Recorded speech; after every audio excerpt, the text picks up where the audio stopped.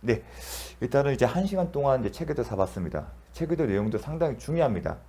좀 이해가 안 되실 수 있는데 일단은 머릿속에 좀 잘 기억을 해두시면 아마 공부하는 데 도움이 될 겁니다. 자, 마무리 특강 민법 청취 시작하겠습니다. 자, 법률행위. 자, 법률행위에서는 상대방 없는 단독행위, 상대방 있는 단독행위를 기본적으로 출제가 되고 있죠. 상대방 없는 단독행위 뭐가 나오죠? 유증과 재단법인 설립행위는 상대방 없는 단독행위입니다. 자, 증여는 계약입니다. 그래서 항상 증여는 증여, 계약 이렇게 외우셔야 합니다.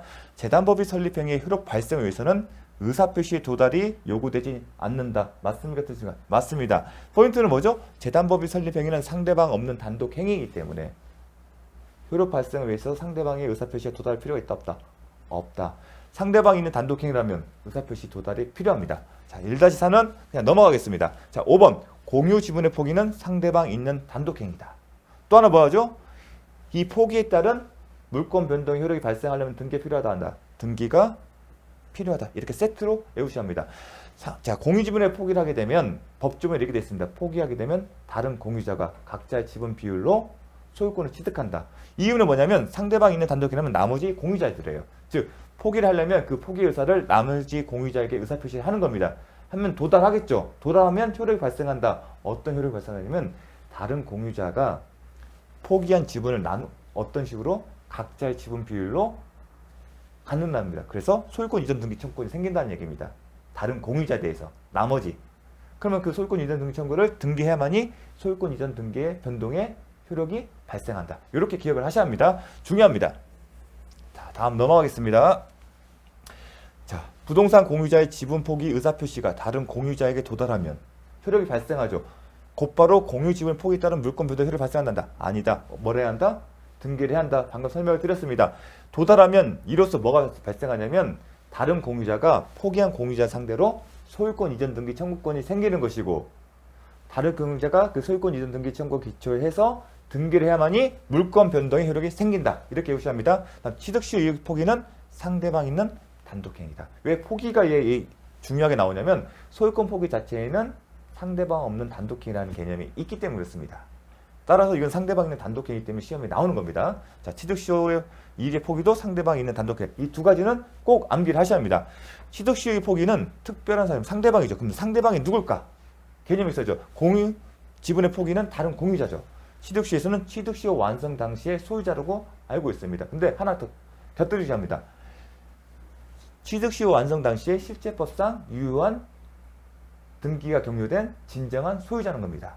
그 말 때문에 그 시효 취득자가 원인 무효 등기 등기부상 소유 명의자에게는 그와 같은 의사를 하더라도 효력이 발생한다 한다.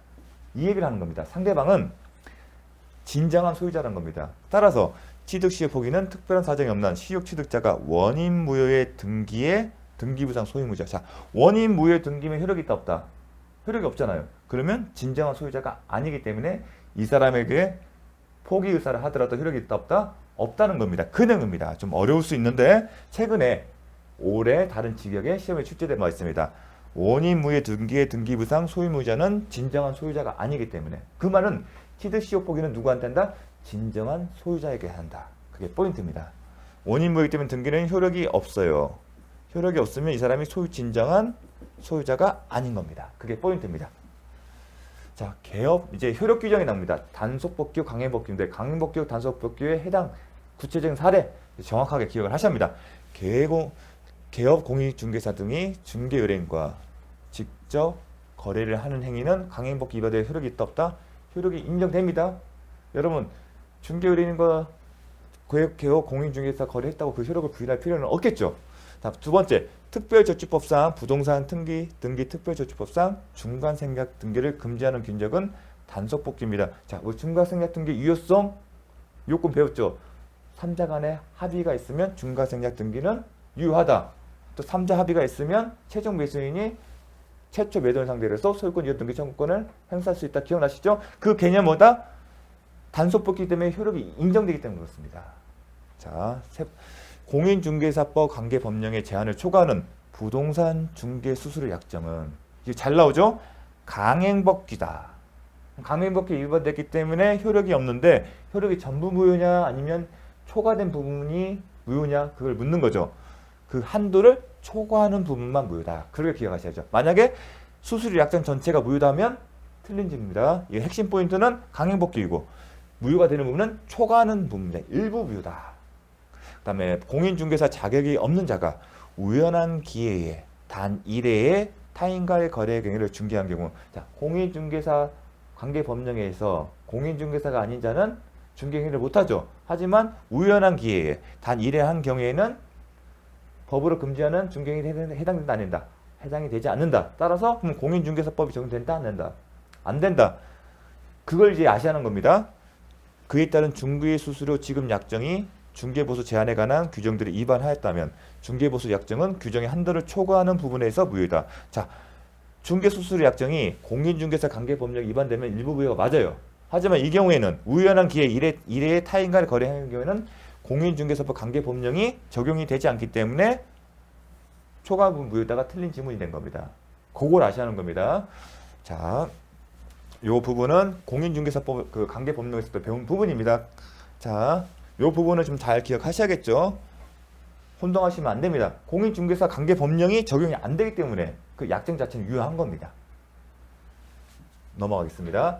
강행 규정을 위반하여 확정적 무효가 된 법률 행위는 특별한 사정이 없는 당사자의 추인에 의해 유효로 할 수 없다. 제가 설명을 했습니다. 확정적으로 유효됐죠. 강행복귀 위반됐는데 당사자 의사표시로 다시 복구시킬 수는 없겠죠. 그렇게 되면 법의 취지가 무색해지기 때문에. 만약 이 확정적으로 무효된 법률 행위가 효력을 새롭게 하려고 하면 어떻게 하죠? 더 이상 강행규정 위반이 안 되겠죠. 법률이 개정이 돼야 합니다. 강행규정 위반의 무효인 계약의 상대방이 그 위반 사실에 대하여 선의 무과시이더라도 표현대리 법리가 적용될 여지는 없다. 그러니까 어떤 경우는 강행규정은 유효로 만들 수가 없어요. 그걸 기억하셔야 합니다. 왜냐하면 유효를 당사자의 의사표시에서 아니 다른 법리에서 유효하게 되면 강행복귀를 만들 필요가 없겠죠. 강행복귀를 왜 만들었겠습니까? 그거 하지 말라는 얘기예요. 의사표시의 사적 자치의 원칙에서 인정되겠지만 예외적 강행복귀에서 효력을 없다고 규정하게 되면 당사자의 의사표시를 다시 회복할 수 없다는 겁니다. 그렇게 생각하셔야 합니다. 강행복귀 위반으로 무효인 법률행위를 추인한 때에는 다른 장함이 없으면 그 법률행위는 처음부터 유효한 법률행위 된다. 자, 이 경우에는 이제 강행복귀 위반 상태가 안 돼야 돼요. 이제 무효 상태가 소멸돼야 돼요. 하지만 그 지문이 들어가지 않았습니다. 그럼에도 불구하고 틀린 지문이 뭐냐면 처음부터 확정적인 무효행위는 추인을 하더라도 소급해서 처음부터 무효가 되는 게 아니라 그때부터 추인한 시점부터 새로운 법률행위를 본다. 확정적인 무효의 행위에 대해서 추인하게 되면 기억하셔야죠. 새로운 법률행위를 본다. 그 의미는 뭔가 소급해서 유효가 되는 게 아니다는 겁니다. 자, 기억하셔야 합니다. 민법 제103조 반사회 질서의 법률행위 선량한 풍속 기타 사회질서 위반 사항을 내용하는 법률행위는 무효로 한다. 이 지문 자체가 이제 더 이상 출제는 안 되겠죠. 다만 이거겠죠. 상대방에게 표시되거나 알려진 동기가 자 법률행위라고 했죠. 그럼 동기는 바로 법률행위가 아니다. 아니죠. 동기 자체는 의사표시가 아니죠. 다만 이런 경우죠. 표시되거나 알려진 경우에는 반사회적인 경우. 그런 경우는 법률에 포착 판단하는 겁니다.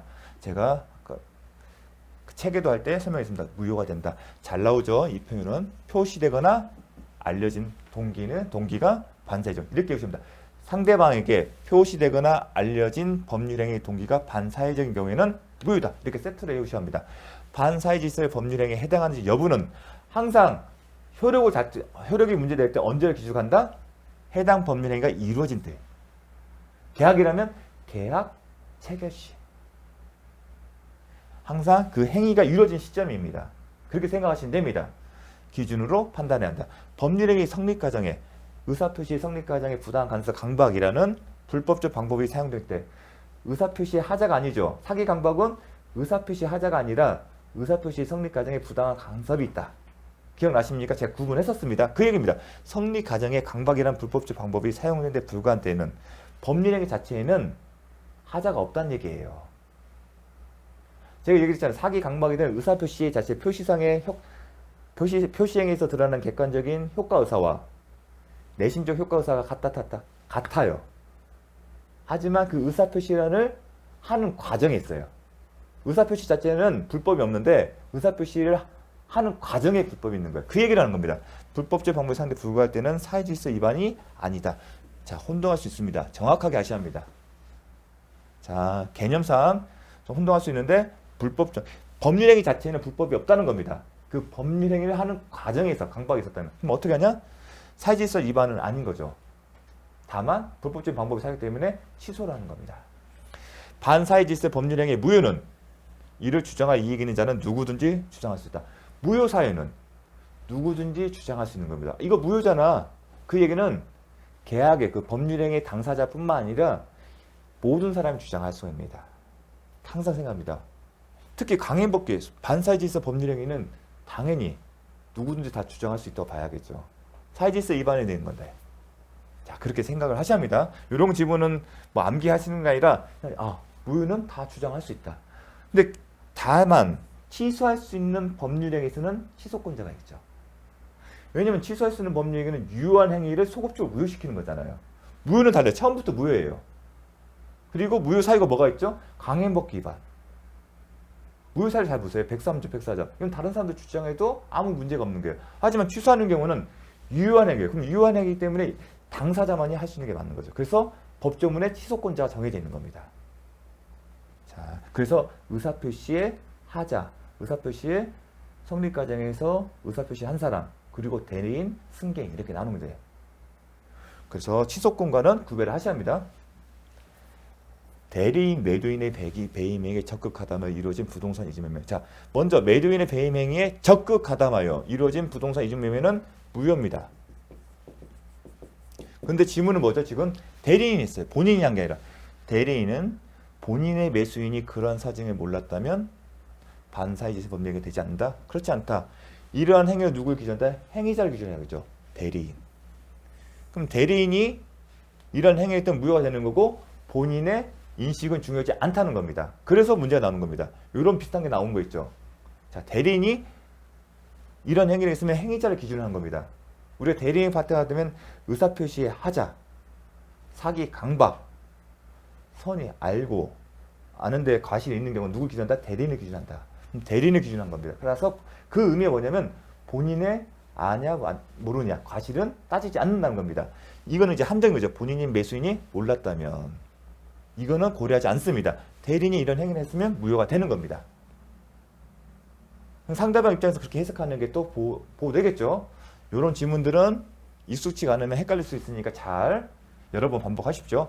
무효인 반사회 질서의 법률행위는 추인을 하여도. 자, 반사회 질서 법률행위, 강행법규 위반 같은 세트의 확정적 무효다. 당사자 의사표시로 다시 효력을 유효하게 만들 수는 없다. 그래서 떠오르셔야 합니다. 그걸 묻는 겁니다. 추인하여도 추인의 효과가 생기지 않는다. 무효임을 알고 추인하여도 새로운 법률행위를 한 효과도 생기지 않는다. 무효임을 알고서 추인하여도 새로운 이건 자 추인할 효과가 생기지 않는다는 건 당연하겠죠. 뒤는 뭡니까? 무효행위 추인하려면 요건이 뭡니까? 알고서 추인하지만 또 하나 요건이 있습니다. 무효 사유가 소멸해야겠죠. 그래서 무효임을 알고 추인하여도 새로운 법률한 효과가 생기지 않는다는 얘기는 무효 사유가 소멸되지 않았기 때문이라는 겁니다. 기억하시겠습니까? 확정적 무효는 무효행위 추이가 되는데 요건은 무효의 사유가 소멸됩니다. 하지만 그런 표현이 없잖아요. 더 이상 사회질서에 반하는 행위가 아니었다는 표현이 들어야겠죠. 그땐 전제에서 알고서 추인하게 되면 어떻게 된다? 소급해서 효력이 생기는 게 아니라 새로운 법률을 본다. 양독소득세 일부를 퇴폐할 목적으로 이 표현 들어가면 사회질서 반한다 안 한다. 반사회질서 행위에 해당되지 않는다. 잘 나오죠? 계약서 실제로 거래한 가격보다 낮은 금액을 대금으로 기자의 매매가 체결한 행위는 반사회 질서의 법률 행위에 해당된다 않는다? 해당되지 않기 때문에 무효가 아니다. 무효란 표현 중이죠. 잘 나오죠. 이거 말고 또 뭐가 있죠? 양도세세 일부 회피 목적. 강제 집행 명탈 목적도 사회 질서에 반한 게 아니다. 같이 세트로 기억하셔야 합니다. 강제 집행을 면한 목적으로 허위의 근저당권을 설정한 행위는 반사회 질서 법률 행위에 볼 수 없다. 그래서 무효가 아니다. 효력이 있다는 거죠. 소송에서 증언하고 조건으로 통상 용인되는 수준을 넘는 포인트는 넘이죠. 통상의 수준보다 넘는 대가를 주는 경우에는 사회질서에 반해서 무효다. 그 반대는 뭐죠? 통상 용인되는 수준 범위라면 효력이 있다는 겁니다. 교통비 그 정도 생각하시면 오늘 하루 일 안 하고 왔으니까 내가 그거 보충해 줄게. 그 정도는 통상 용인되는 수준이겠죠. 그 표현 반대. 통상 용인되는 수준은 효력이 있다. 다음 넘어가겠습니다. 자, 부동산 이주 매매. 갑이 자신의 부동산을 을에게 매도했는데 자, 을에게 매도했는데 그 사실을 잘 아는 병이 갑의 부동산을 매수하여 소유권 이전 등기를 받은 경우 보통 제1 매수인, 제2 매수인이라고 불렀습니다. 자, 부동산 이중 매매에서는 딱 뭐죠? 제2 매수인이 배임에게 적극적으로 가담한다. 적극적으로 가담해야만이 사회 질서에 반해서 효력이 없다는 걸 기억을 하셔야 합니다. 부동산 이중 매매는 그냥 원칙입니다. 이중매매는 특별한 사정이 없는 한 먼저 등기한 매수인이 목적 부동산의 소유권 취득하는 원칙입니다. 즉 매매 계약이 좀 두 개죠. 두 개인데 채권자죠. 이 사람은 을은 갑에 대해서 소유권 이전 등기 청구권이 있는 거고 병도 갑에 대해서 소유권 이전 등기 청구를 갖고 있죠. 을과 병이 갑에 대해서 갖고 있는 것은 뭐죠? 물권입니까? 채권입니까? 물권은 등기를 해야 하는 거잖아요. 아직 등기하기 전이기 때문에 채권만 갖고 있는 거죠. 근데 채권 간의 우애관계는 어떻게 되죠? 평등하다. 채권자는 평등합니다. 따라서 먼저 등기한 사람이 소유권을 취득하는 겁니다. 그 얘기를 하는 겁니다. 제2 매수인 다만 예외적으로 그리고 또 하나 이중매매 사실을 알았다는 사정만으로는 이 매매 계약을 반사회적 법률행위에 해당한다고 볼 수 없다. 단순히 아는 게 아니라 어떻게 했죠? 배임행위에 적극 가담한다. 그런 게 왜냐면 적극 가담한 경우에만 사회질서에 반하는 거지 단순히 알았다는 것만으로는 사회질서에 반한 게 아니다. 반사회적 법률행위에 해당하는 제2 매매계약에 기초하여 제2 매수인으로부터 그 부동산을 매수하여 등기한 선의의 제3자는 매매계약의 유효를 주장할 수 있다 없다? 없습니다. 이렇게 얘기를 모르겠죠? 자, 넘어가겠습니다. 이렇게 해볼게요. 이거예요. 자, 빨리 넘어가겠습니다. 자, 매매, 갑, 을, 병이었죠. 매매죠. 잠시만요. 제가 마음이 급하니까 생각이 안 나네요. 아까 갑이 있었죠. 을, 재. 근데 지금 병한테 갔어요. 매매죠. 그 다음에 정이 갔어요. 매매로. 그럼 이 매매가 뭘 해야 된다? 매수인이 매도인 배임에 적극 가담해서 무효가 됐다. 무효가 됐다는 얘기죠. 무효가 되면 제가 뭐라고 했죠? 등기 원인 무효되면 이게 등기 효력이 있다 없다? 효력이 없다. 소유자가 아니다. 근데 병이 정으로 가려면 처분 권한이 있어야 한다. 처분 권한이 있다는 소유자가 처분해야 하는 거죠. 소유자가 아닌 사람이 넘겼으니까 어떻게 했다? 등기 효력이 있다 없다? 효력이 없어요. 그러면 정의 입장에서 보호규정 공신력이 없기 때문에 보호규정 찾으라고 하죠. 보호규정 찾을 때 뭐라고 했죠? 이 매매가 무효가 된 원인을 근거가 뭔지 살펴보라고 했죠. 근거 뭐예요? 103조죠. 103조에 대해서 선의 제3자 보호 규정이 있습니까? 없죠. 없으니까 이 사람은 보호 못 받겠죠. 그럼 원칙대로 가서 정은 소유권 취득하면 못합니까? 원칙대로 하면 소유권 취득 못하죠. 그럼 누가 소유자다? 갑이 된다. 이해되시겠습니까? 그 얘기를 한 겁니다. 자, 그 얘기를 했던 거예요.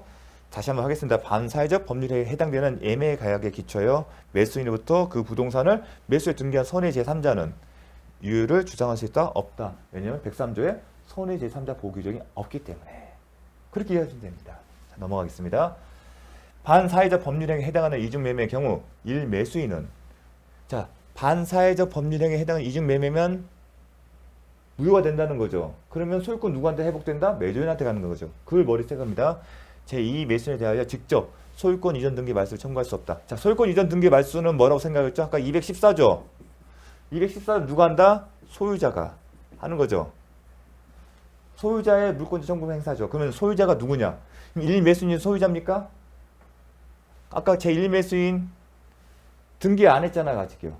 2 매수인한테 했잖아요. 지금 등기부상의 매도인 제2 매수인으로 돼 있잖아요. 매수인 소유권 취득한 적 없죠. 소유자가 아니기 때문에 말소 청구할 수 없다. 그걸 묻는 겁니다.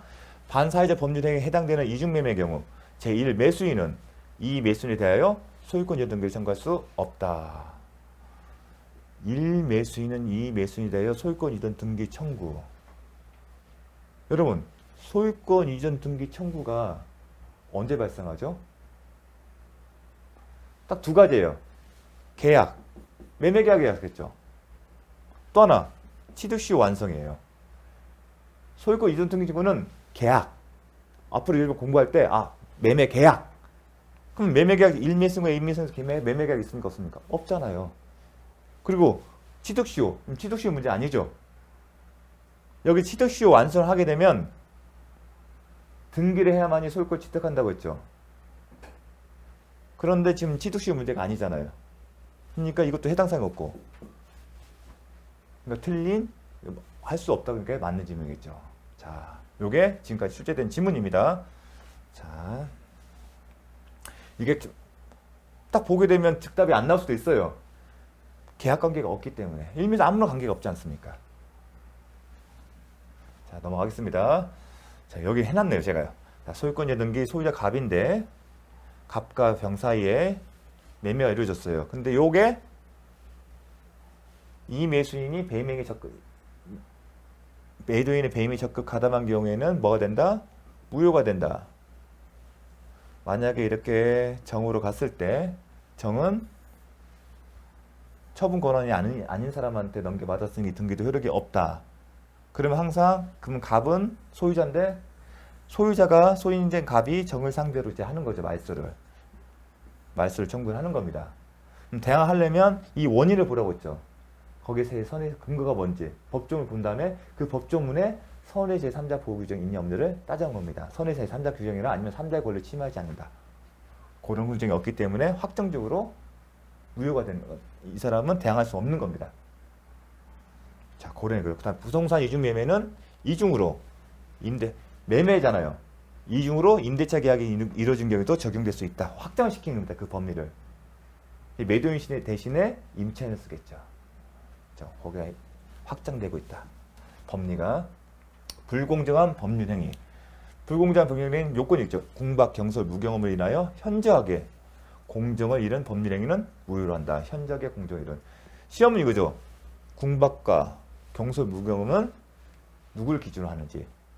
그걸 주로 많이 묻습니다. 그 다음에 궁박의 개념. 그 다음에 무경험에 대해 그 개념에 대해서 물어보고요.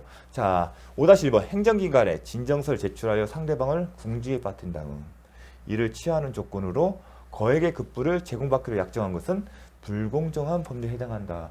최근에 다른 유사 직역의 다른 직역의 그 라이센스 시험에 출제된 겁니다. 불공정한 법률 행위는 단독행위에 적용된다 안 된다. 단독행위 적용이 안 돼요. 계약 서로 간에 반대급부 대가적인 관계에 있는 급부를 주고 받고 그 급부 사이에 현저하게 공정이 이런 경우에만 백사조가 적용이 나옵니다. 현저하게 공정이 인해서 서로 주고받은 거 있는데 서로 급부의 그 대가 관계가 현저하게 공정을 잃은 겁니다. 따라서 단독행위는 일방적인 거기 때문에 공정 문제에 다툴 여지가 없는 겁니다. 그러면 자, 거액을 돈을 주는 것은 인정되세요. 그럼 반대급부가 있어야겠죠. 그 반대급부가 뭐죠?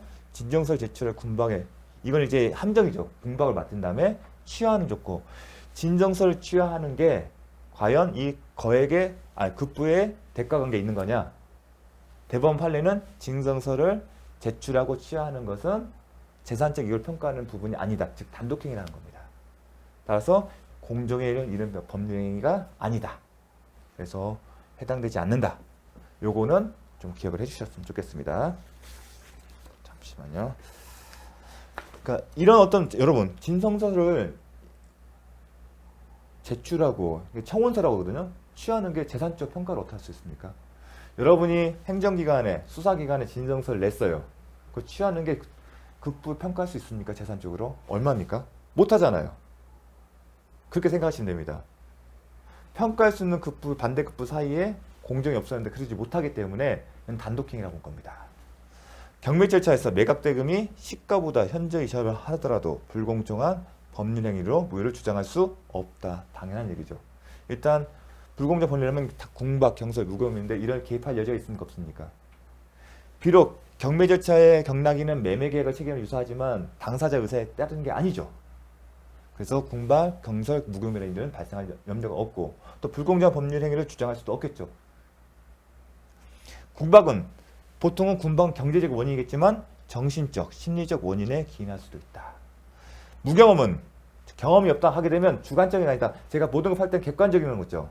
무경험은 거래 일반에 대한 경험의 부족을 의미하는 거지. 특정한 주관적인 것이 아니라 거래 일반의 특정 영역에서의 경험 부족을 의미하는 것은 아니다. 항상 객관적이란 겁니다. 거래 일반인 것이 특정 영역. 특정 영역이라면 사람마다 케이스 봐야겠죠. 그래서 거래 일반에 대한 경험 부족을 의미한 거다. 특정 영역에서 경험 부족을 의미한 게 아닙니다. 잘 나옵니다. 이 부분. 대리인의 법률 행위가 잘 나오는 질문이죠. 궁박 상태는 누구죠? 본인 기준한다. 그 다음에 대리인의 법률은 경설 무경험은 누구다? 대리인. 잘 나오는 질문이죠. 대표적인 질문이죠. 불공정 법률을 하게 되면 반드시 나오는 질문이라고 생각하시면 됩니다. 궁박은 본인, 경설 무경험 대리인. 급부와 반대급부 사이 현재의 불균형이 존재하는지는 특별한 사정이 없는 언제? 법률행위 당시를.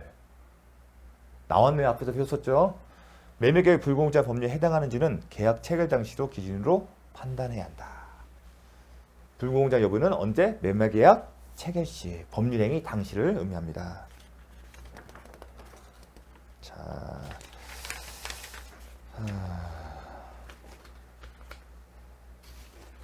다음.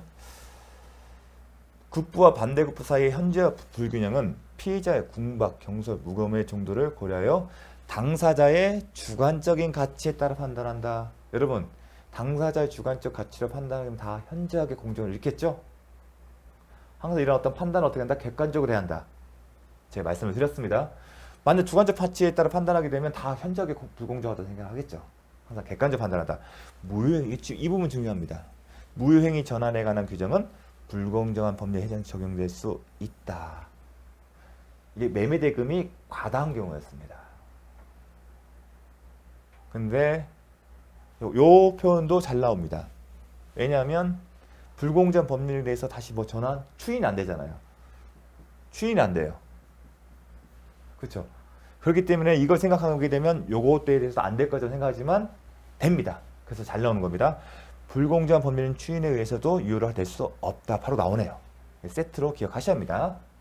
이게 안 되기 때문에 이것도 헷갈릴 수가 있는 겁니다. 자, 다음. 진이 아닌 의사표시, 비진의 표시입니다. 의사표시는 표의자가 진이 아님을 알고 표시한 것이라도 그 효력이 있습니다. 원칙. 의사와 표시가 있어요. 표시에 나타난 객관적인 효과의사가 있겠죠. 객관적으로 일반인 입장에서 객관적으로 판단하는 효과사와 의사는 표시하기 이전에 표시자가 생각하는 거죠. 내심적 효과사가 일치하지 않아요. 그것을 표시자가 알고 있다 하더라도 효력이 있다. 그러나 상대방이 표의자의 진이 아님을 알았거나 이를 알 수 있었을 경우는 뭐라다? 무효로 한다. 시험은 취소로도 나오기도 합니다. 취소가 아니라 무효입니다. 이 부분을 장난을 칩니다. 나오면. 그 다음에 선의 제3자에게 대항하지 못한다. 107, 108, 109, 110조 다 조항이 있는데 선의 제3자는 누구한테 묻는다? 108조. 여기서는 묻질 않습니다. 그래서 진이란 개념입니다. 이제 특정한 내용, 의사 표시를 했잖아요. 이 표시행에 드러난 특정한 내용이에요. 쉽게 얘기해서 특정한 내용의 의사 표시를 하고자 하는 표의자의 생각을 말하는 것이지 표의자가 진정으로 마음속에서 바라는 상황을 뜻하는 것은 아니다. 법적인 효과 의사를 의미하고 표의자가 추구하는 거나 바라는 실체적 목적을 한다. 쉽게 뭐냐면 표시가 있죠. 표시에서 객관적으로 해석되는 법률 효과가 있죠. 이 효과예요. 그래서 법적인 효과 의사라는 표현을 쓰는 겁니다. 이 사람이 이 법률의 행위를 통해서 하는 목적, 달성하는 목적 그걸 묻는 게 아니라 이 표시에 드러나는 객관적인 효과 의사 그 법적 효과에 대해서 특정 내용 의사 표시를 하고자 하는 거예요. 특정 내용은 결국은 법적 효과 의사예요. 법적인 효과 의사 이 표시행에 드러나 이거를 하냐 안 하냐 그걸 묻는 거지 이 사람이 이 법률을 통해서 달성하고자 하는 목적은 아니라는 겁니다. 그 얘기를 하는 겁니다. 그러니까 법률 특정 내용은 결국은 법적인 효과사예요. 그래서 제가 법률할 때 법적인 효과사를 강조하는 이유가 바로 이런 걸 이해하기 위한 겁니다. 이 사람이 법률행위에서 달성하는 목적이 아니란 겁니다. 동기도 마찬가지로 의사표시가 아니잖아요. 하지만 현실은 동계에 착오가 많기 때문에 그걸 포섭하는 과정이 필요하다는 거. 이론적으로. 그것도 연장성이 있는 겁니다. 그래서 시험에도 이런 어떤 실체적 목적 추구하는 네가 왜 범죄하냐. 그 최종 목적은 중요하지 않다는 겁니다. 단지 표시에 드러나는 객관적인 효과의사, 해석되는 이걸 할 의사가 있는지 없는지를 묻는 겁니다. 상대방이 통정이 없다는 점에서 통정 허위표시와 구별됩니다. 아시겠죠? 자, 대리행위에서 비진의 의사표시는 대리인을 표시한다. 출제가 달되기 때문에 애우시합니다. 의사표시하자. 사기 강박은 누굴 기준한다? 대리인을 기준한다.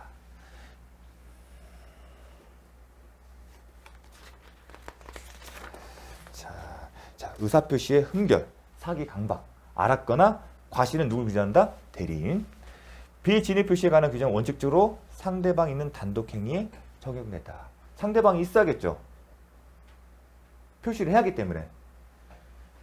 대출철수, 이건 또 이제 대표적인 케이스죠. 비진의 표시에 나오는 겁니다. 대출철수한 편의를 위하여 명의를 빌려준 자가 채무 부담 의사를 가졌더라도 그 의사 표시는 비진의 표시다. 무슨 얘기냐면 대출절차 편의를 위해서 사립학교 케이스는 사립학교 직원한테 부탁을 한 거예요.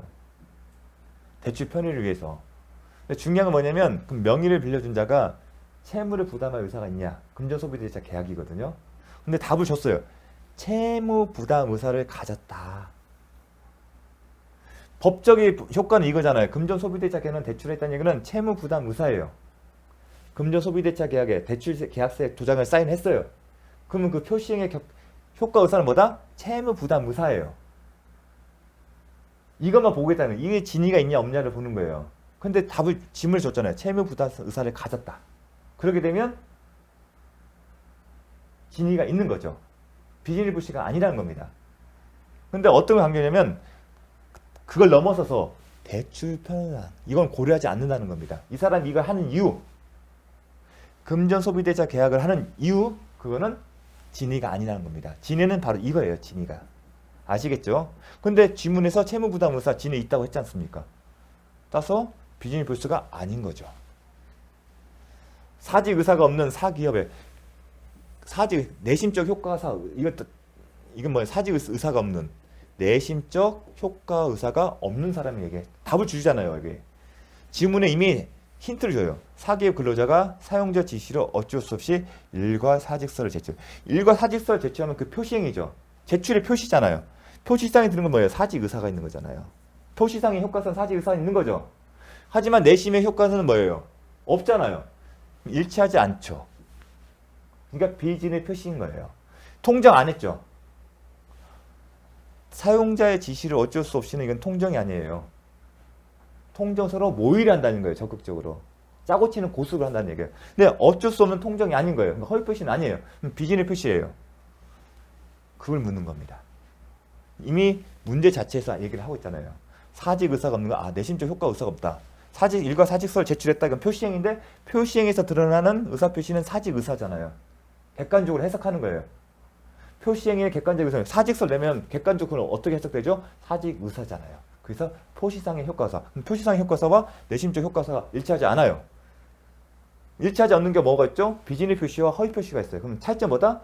통정 의무잖아요. 통정이 없기 때문에 비진의 표시다.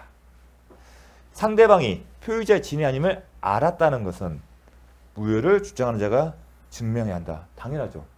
비진의 표시는 유효해요. 그러면 의사표시를 한 사람, 사직서를 제출한 사람이 이거 유효하는 게 원칙이잖아요. 사직서 제출한 사람 입장에서는 이걸 효력을 없애고 싶겠죠. 그럼 누가 주장해야 돼요? 상대방의 알았거나 알았으면 이 효력을 부인하고 있는 사람이. 무효를 주장하는 자가 증명한다는 건 당연한 겁니다. 잘 생각해 보세요. 사직서를 제출한 사람이 그 효력을 부인하겠죠. 상대방이 아니라. 통정한 허위 표시. 통정 허위 표시는 무효가 되고 선의 제3자에게 대응하지 못한다. 그러면 시험은 선의 제3자예요. 중요한 게 뭐냐면 해제일 때는 어떻게 된다? 제3자의 권리. 차이점이 뭐냐면 계약상의 채권에 이해관계 관계를 가진 사람은 허위 표시의 제3자는 되지만 제3자의 권리에 있어서는 제3자가 아니란 거. 제3자의 권리는 부동산에, 이렇게 보십시오. 부동산에 대해서 물권을 취득한 사람이고 계약상의 채권을 취득한 사람은 제3자가 아니에요. 해제에서는. 하지만 선의 제3자에서는 계약상의 채권의 이해관계를 가진 사람도 허위표시의 제3자, 선의 제3자가 된다는 거. 그 차이점을 기억하셔야 합니다. 그래 나중에 뒤에 가서 혼동하지 않습니다. 그 차이점이 뭐냐면 법조문의 차이가 있는 거예요. 선의 제3자와 3자의 권리라는 거. 그리고 해제는 유효한 걸 소급해서 무효시키는 거고 원칙적 무효인 거잖아요. 그 차이점이 있습니다. 자, 항상 또 이제 기본적으로 출제하는 게 은닉행위 나오죠. 은닉행위는 유효해요. 은닉행위를 감추기 위해서 가장행위를 하는 거예요. 증여를 하려고 하는데 증여세가 많이 나오니까 매매한다. 항상 그렇게 시험이 나오죠. 은닉행위는 중요. 이게 증여. 가장행위는 매매예요. 매매행위는 무효지만 은닉행위는 무효다? 아니다. 유효하다. 진정한 의사가 있잖아요. 단순히 감추기 위한 거잖아요. 그걸 묻는 거죠. 당사자가 통정하여 증여를 매매로 가장한 경우 증여와 매매 모두 무효다? 아니다. 매매는 허위표시인가 무효지만 증여 자체는 진정한 의사가 있잖아요. 이 증여를 감추고자 하는. 그러니까 증여 자체는 효력이 있다. 이게 시험에 나오는 겁니다. 통정이란 표의자가 진위 아닌 표시를 하는 것 알고 있는 것만은 부족하다. 알고 있는 것은 어떻게 된다? 상대방이 알았거나 알 수 있었기 때문에 무효다. 비진의 표시 때 나오는 표현이에요. 통정은 뭐 차이점이 있다? 통정. 당사가 짜고 치는다. 더 적극적인 겁니다. 아는 걸 그치는 게 아니라 더 나가서 짜고 치는 겁니다. 알고 있는 것은 부족하며 상대방과의 합의가 필요하다. 자, 상대방이 알았거나 합의 자체는 없는 거죠. 너 왜 이렇게 하는지 알고 있어. 진위 아닌 의사표시 알고 있어. 얘기 아니라 상대방한테 야, 너 왜 이렇게 써? 좋아. 그렇게 하자. 통정. 잘 개념 아셔야 합니다. 통정 허위 표시는 표의자가 의식적으로 진위와 다른 표시를 한다는 것을 상대방이 알았다면 성립한다. 다른 표의자가 의식적으로 진위와 다른 표시를 한다는 것을 상대방이 알았다면 단순히 알았다는 것은 아니고 어떻게 된다? 합의가 이루어진다. 출제지면 이렇게 나옵니다. 상대방이 알았다면 아닙니다. 알고 있을 때는 비진의 표시에 무효가 되는 사유겠죠. 합의가 있어야 한다. 합의. 단순히 아는 것은 합의와 다르겠죠. 아는 것은 상대방의 의사표시 상관없이 거래 없이 그냥 알 수가 있지 않습니까? 상대방이 한다면 너 이렇게 하는구나. 그렇게 아는 거고 합의는 서로 만나서 얘기를 한다는 겁니다. 자, 이 개념 차이 좀 말장난 같은데 중요합니다. 잘 나옵니다. 임대차, 이 부분도 이제 중요합니다. 참 어려운 파트인데 이게 나오더라고요. 임대차 보증분 반환 채권을 담보할 목적으로 임대인과 임차인 사이에 체결한 전세권 설정 계약. 자, 전세권 설정 계약의 목적이 뭐예요? 임대차 보증금 반환 채권을 담보할 목적이죠. 전세권은 뭐죠? 기본적으로 용익물권, 담보물권 중 권능이 있어요. 그래서 물권 법정지에서 배우겠죠. 이런 경우에 전세권 설정 계약이 유효하냐? 거기에 대해서 어떻게 우리 정리하고 있죠? 오직 채권 담보 목적이고 전세권자의 사용 수익을 배제하는 경우에는 무효인 거고 그렇지 않은 경우에는 사용 수익의 가능성을 남길 때는 전세권 설정 계약도 유효합니다. 그게 물권 법정에서 배웠을 겁니다. 그런데 지금은 어디서 나왔죠? 허위표시 파트예요. 어떤 내용이 중요하냐면 특별한 사정이 없는 한 임대차 계약의 내용과 양립할 수 없는 범위에서만 전세권 설정 계약은 통정 허위 표시로 본다. 이런 지문을 잘 기억해 주십시오. 이제 공인중개사에서도 나올 수 있는 파트입니다. 어떤 얘기냐면 전세권 설정에서는 전세금이죠. 그리고 차임이 없어요. 차이점이. 그렇죠. 임대차 보증계약은 어떻게 되죠? 보증금이 존재하고 and 차임이 있어요. 그리고 임대차 보증금의 성격이 뭐죠? 임대차가 계약이 종료되어서 임차인이 임대차 목조물을 인도할 때까지 발생한 임대차 계약에서 발생한 모든 채무, 손해배상, 심지어 인도할 때까지 발생한 모든 금을 당연히 공제하게 되죠. 따라서 보증금이 계약 당시 2억이라 하더라도 계약이 종료돼서 임차인이 임대인에게 돌려줄 시점까지 밀린 차임, 밀린 관리비, 손해배상 그게 1억 5천이면 당연히 곤족이 되기 때문에 돌려줄 금액이 얼마다? 5천만 원이에요. 하지만 전세금에 그럴 일이 있습니까? 없습니까? 없겠죠. 뭐가 발생하냐면 제3자가 이 전세금 보증금 반환 청구권에서 임차인 채권자가 여기에 대해서 압류, 추심, 감류, 민사집행을 했을 때 문제인 겁니다. 만약 임대차 보증금이라면 공제된 남은 금액에 대해서만 할 수가 있지만 전세금은 그럴 필요가 없거든요. 그래서 내용과 양립할 수 없는 부분은 바로 그런 부분이에요. 그게 실익인 겁니다. 근데 그 부분까지는 묻지는 않습니다. 다만 기억하기 위해서 제가 왜 양립할 수 없는 범위의 구체적인 내용을 얘기한 겁니다.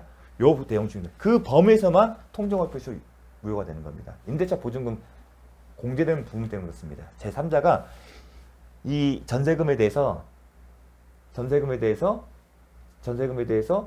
압류, 가압류 등 조치를 취한 경우입니다. 자, 그렇게 기억해 주십시오. 그 다음에 무효는 누구든지 주장할 수 있다. 항상 기억하죠. 무효는 누구든지 다 주장할 수 있지만 취소는 항상 취소권자만이 할 수 있다. 취소권자 특정되어 있습니다. 민법 제108조 2항에 따라 보호받는 제3자에 대해서는 그 누구도 통정허위 표시 무효로서 대항할 수 없다. 무효를 다 주장할 수 있지만 선의 제3자는 보호를 받기 때문에 그 사람은 무효를 주장 못한다는 겁니다. 당연한 얘기입니다. 통정허위 표시 무효로부터 보호되는 제3자는 통정허위 표시를 알지 못한 것에 대해 과실이 없어한다. 자, 법조문에 과실 요합니까? 선이라고 나왔습니다. 과실까지 요하지 않습니다. 즉 과실이 있다더 선이익이 되면 선의 제3자에 해당된다. 그걸 묻는 겁니다. 법조문에 과실이 있어 없어요? 그걸 묻는 거예요. 선의 제3자라고 하지 않습니까? 만약 무과실이었으면 선의 무과실의 제3자라고 얘기할 텐데 우리는 계속 선의 제3자라고 하고 있습니다. 따라서 과실 있는 자도 보호를 받는 겁니다. 그 얘기를 묻는 겁니다. 알지 못하는 것에 과실이 없어야 한다. 그렇지 않다. 과실이 있어도 보호된다. 대리인이 대리권의 범위 안에서 현명하여 상대방의 통정 표시를 한 경우 대리인이 대리권의 범위 내에서 현명했다. 그럼 대리권의 효력이 있는 거겠네요. 딱 그 유효 요건을 갖췄어요. 그런데 통정해서 상대방과 통정해서 통정 표시를 한 경우 자 먼저 누굴 기준하죠? 대리인을 기준하고 있죠. 그럼 통정했어요. 그럼 무효다 아니다. 무효가 되는 거예요. 설사 본인이 선이라면 유효를 주장할 수 있다? 아니다. 이게 함정이에요. 항상 대리인 뭐가 나오면 누구 기준으로 한다? 대리인이다. 대리인과 상대방이 통정했으면 허위 표시가 성립돼서 무효가 되는 겁니다. 설사 본인이 선이다 하더라도 무효인 것은 영향이 없다. 그걸 묻는 겁니다. 이런 지문은 좀 생각을 하고 좀 잘 기억하셔야겠죠?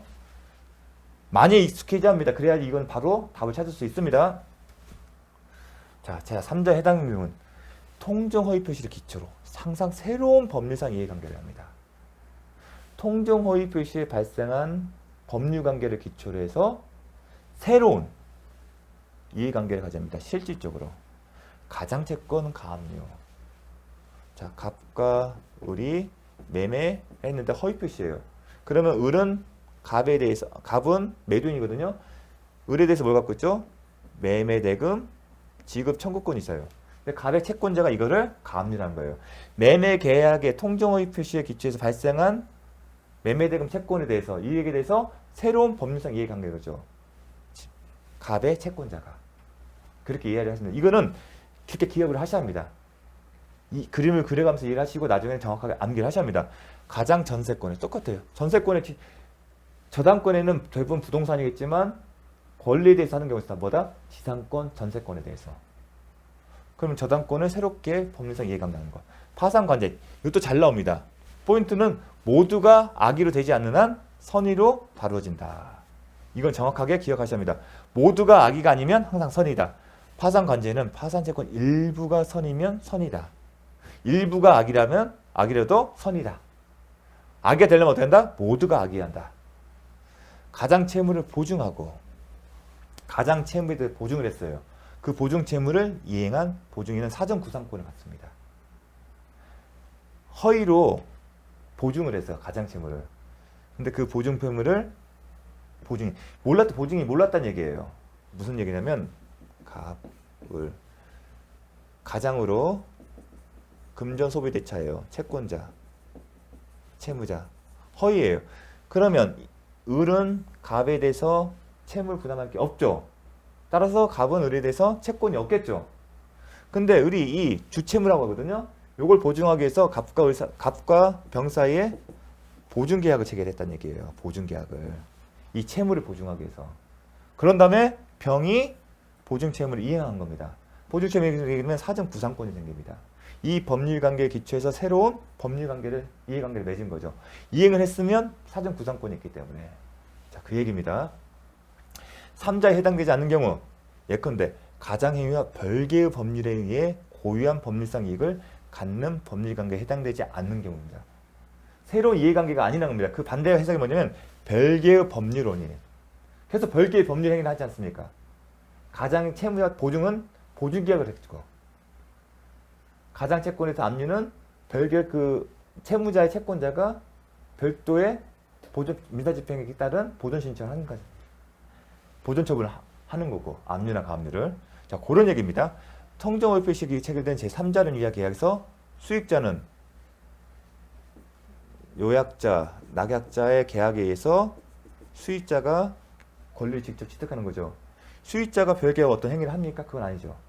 따라서 수익자는 선의 제3자에 해당되지 않는다.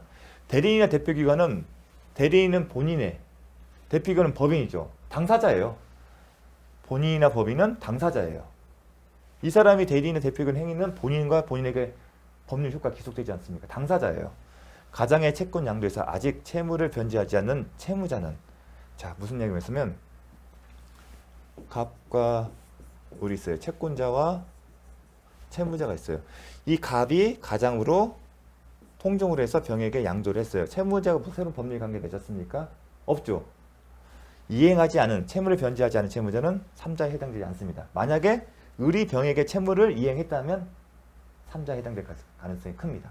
그래서 채무를 변제하지 않은 채무자 이렇게 나옵니다. 이렇게 그리시면서 하셔야 합니다. 그대로 있잖아요. 뭔가 안 하잖아요.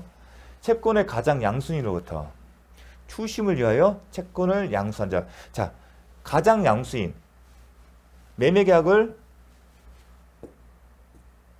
잠깐만요. 갑과 을이 허위로 매매계약을 하게 되면 매도인은 을에 대해서 매매대금 채권이 있죠. 이게 이제 매매계약은 유효해요. 이 매매대금 채권을 통정해서 보냈어요. 가장으로. 근데 이 채권의 추심을 위해서 채권을 양수했어요. 자, 가장 양수인 다시 추심을 위해서 추심권자에게 보낸 거예요. 핵심은 추심이에요. 양수란 표현에 포인트를 쓰게 되면 헷갈릴 수 있는데 포인트는 뭐예요? 양수를 했으면 당연히 3자가 되는데 추심 때문에 쓴 거예요. 추심을. 추심 목적. 추심 목적인 양수가 진정하게 넘어가는 게 아니에요. 병에서 이 추심권이 넘어가는 게 아니에요. 단지 추심이 목적이기 때문에 넘어가는 거기 때문에 아직 넘어간 게 아니에요. 그게 포인트입니다. 그래서 선의 제3자에 해당되지 않는 겁니다. 추심 명령의 의미 때문에 그렇습니다. 추심이란 목적을 위해서 영수의 어떤 소유권을 넘기는 양수, 이 양수 개념이 우리가 배수받던 채권 양도 양수 계약의 양수 개념이 아니라 단지 추심 목적이기 때문에 넘어가는 게 아니에요. 계속 이 채권 누가 갖고 있다? 이 사람이 갖고 있는 거예요. 그런 법률적 개념 때문에 그렇습니다. 그래서 시험에 할 때는 좀 암기를 하십시오. 아, 추심에 이게 추심이 나왔으면 아, 선의 제3자가 아니다는 겁니다. 요게 방점을 찍으면 안 됩니다. 이 앞부분에 방점을 찍으셔야 합니다. 이 추심의 개념 때문에 그렇습니다. 추심의 목적이 넘어간 것은 비록 양수의 형태를 띠더라도 그 권리의 소유자는 병이에요. 그래서 그런 겁니다. 자, 차고 잠시 쉬었다가 진행하도록 하겠습니다.